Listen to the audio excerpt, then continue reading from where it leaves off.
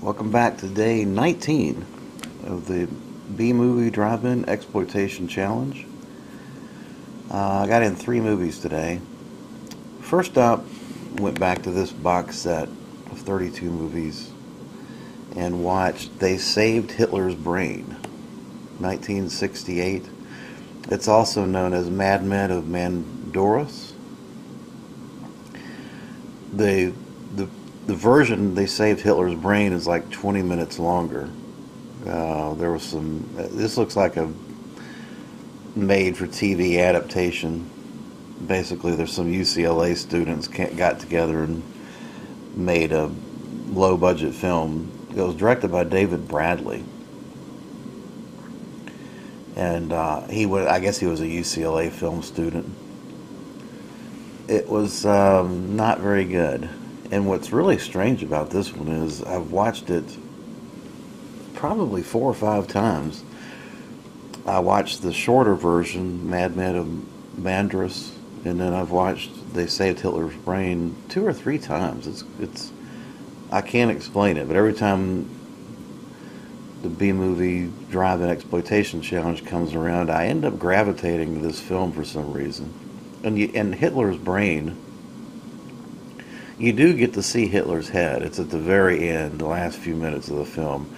Other than that, it's just a lot of people talking and a lot of people driving around in cars and looking menacing. But in plotting, basically what it is World War II is over, and some Nazi officials have removed Hitler's brain, and they're hiding it in South America.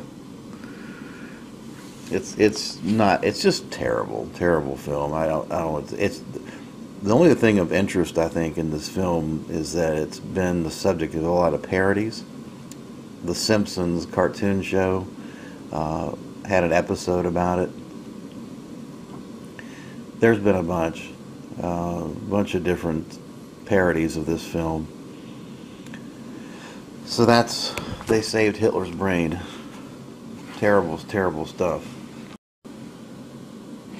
Things improved significantly when I went to watch Robert Quarry in The Death Master, 1972.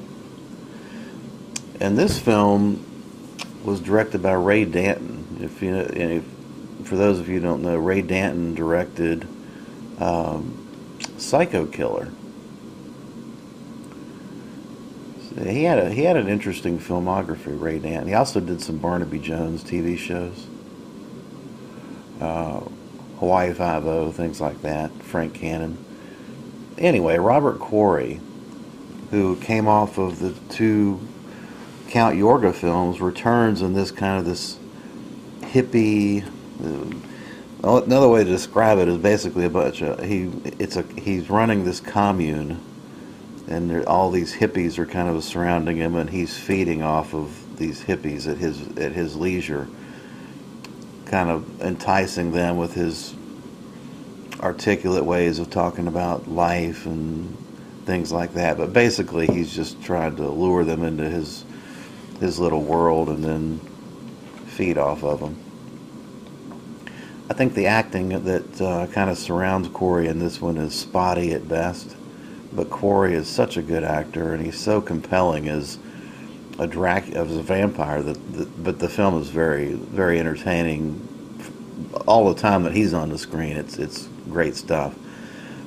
He uses the same fangs that he used in Count Yorga, and apparently he'd gone to the dentist and got those fangs specially made. So you see the same Count Yorga fangs. The only difference, I think, in this film versus Count Yorga is this one he's got much more of a Svengali look. He's got a kind of long hair and a goatee going, that kind of deal. It's an atmospheric and fun, low-budget film. It apparently bombed at the box office, and it's one of Roger Ebert's most hated films. But not that we give a shit about Roger Ebert, but I found that interesting that a film like this could be hated. But I enjoyed it. I thought it was a good film, and I love the Count Yorgos film, so it was right up my alley. And then next up, I watched on this retro media release, I watched Teenage Exorcist, 1991, but So it was shot in '91, but it was not released onto video until '94. It's basically went straight to video. It's a film that kind of showcases Brink Stevens, and it's a Fred Olin Ray story. Uh, you notice that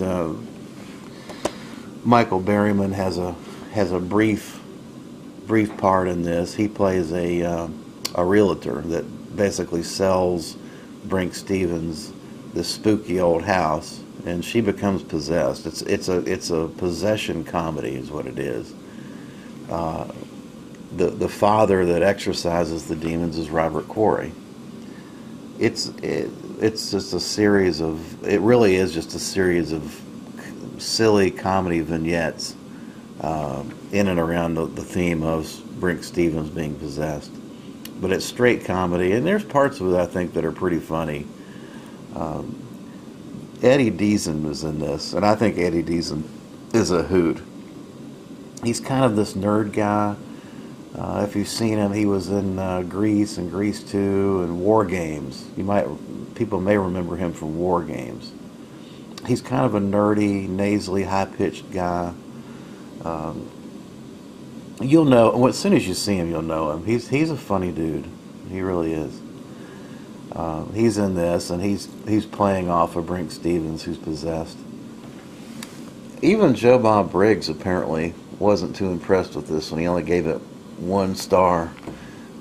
It's not good. It's not good. It was a bit of a chore to get through. I think the only redeeming features was whenever Eddie Deason was on the screen.